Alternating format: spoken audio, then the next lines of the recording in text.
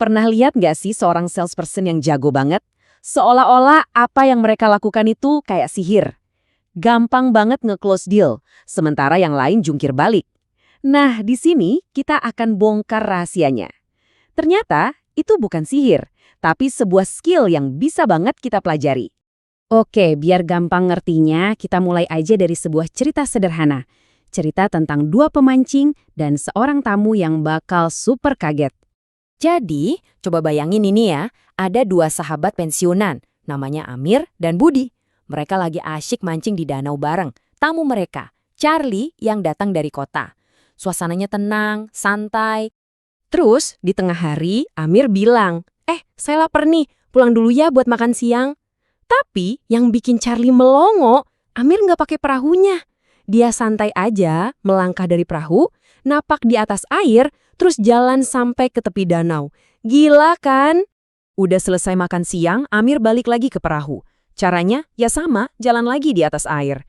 Charlie yang udah yakin 100% ini keajaiban, langsung mikir, wah kalau dia bisa, masa aku nggak bisa? Dia pun langsung mau coba ikutin. Hasilnya, ia bisa ditebak. Begitu Charlie melangkahkan kaki, buyur, dia langsung tenggelam. Untungnya, Amir dan Budi sigap langsung narik dia balik ke perahu. Basah kuyup, kaget, dan pastinya bingung banget. Nah, ini dia punchline-nya. Sambil bantu Charlie yang kedinginan, mereka bilang, "Duh, maaf ya sob, kita lupa kasih tahu di mana letak batu-batu pijakannya." Ternyata, sihir berjalan di atas air itu cuma soal tahu di mana harus melangkah. Nah, cerita tadi itu ngena banget ke pertanyaan utama kita. Apa para salesperson hebat itu punya kekuatan sihir? Atau mereka cuma tahu sesuatu yang kita nggak tahu? Mereka tahu di mana letak batu-batu pijakannya. Sekarang, yuk kita bedah gimana cerita tadi itu pas banget buat ngegambarin kenapa banyak orang yang gagal atau tenggelam di dunia penjualan. Jadi, ada 3 alasan utama kenapa orang bisa tenggelam. Pertama, mereka nggak benar-benar paham produk yang mereka jual. Kedua, strateginya nggak matang. Dan yang ketiga, ini yang paling penting, mereka kalah sama permainan di dalam kepala mereka sendiri. Ini nih, kesalahan paling fundamental. Kalau Anda nggak kuasai produk luar dalam, ya beginilah jadinya di depan klien. Kelihatan bingung, nggak bisa jawab pertanyaan simpel, dan akhirnya, ya nggak dipercaya. Oke, kita udah tahu kenapa orang bisa gagal. Terus, apa dong batu-batu pijakan yang bisa bikin kita sukses menyeberang? Langkah-langkahnya apa aja? Nah, ini dia petanya. Ada 4 batu pijakan. Pertama, bangun kepercayaan. Tanpa ini, semua omongan Anda nggak akan didengar. Kedua, identifikasi kebutuhan. Anda harus jadi detektif, cari tahu apa yang sebenarnya mereka butuhkan. Ketiga, berikan solusi. Disinilah penguasaan produk Anda jadi senjata utama, menghubungkan kebutuhan mereka dengan penawaran Anda. Dan terakhir, yang keempat, tutup penjualan. Ini bukan soal maksa, tapi soal membimbing mereka ke keputusan yang tepat dengan penuh percaya diri. Biar lebih kebayang, kita lihat contoh kasus dari dunia nyata yuk. Ini nunjukin betapa pentingnya tahu batu-batu pijakan Anda, terutama soal produk. Coba lihat skenario ini. Bank A nawarin KPR bunga 10%.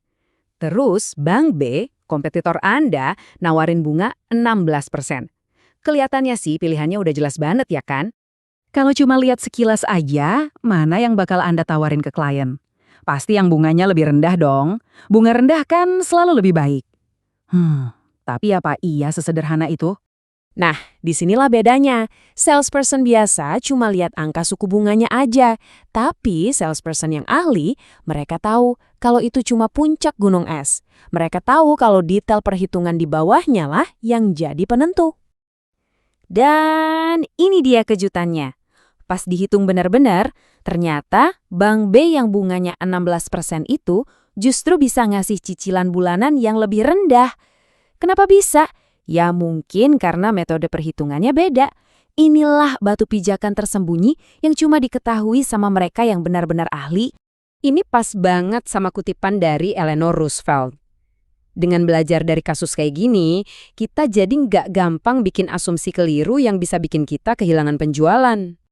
Oke, jadi kita udah bahas pentingnya tahu batu-batu pijakan. Dari produk sampai strategi. Tapi ada satu lagi nih elemen kunci yang menyatukan semuanya, yaitu permainan di dalam pikiran Anda. Tahu semua tekniknya itu satu hal, tapi punya kepercayaan diri buat menggunakannya, itu cerita lain. Coba lihat bedanya.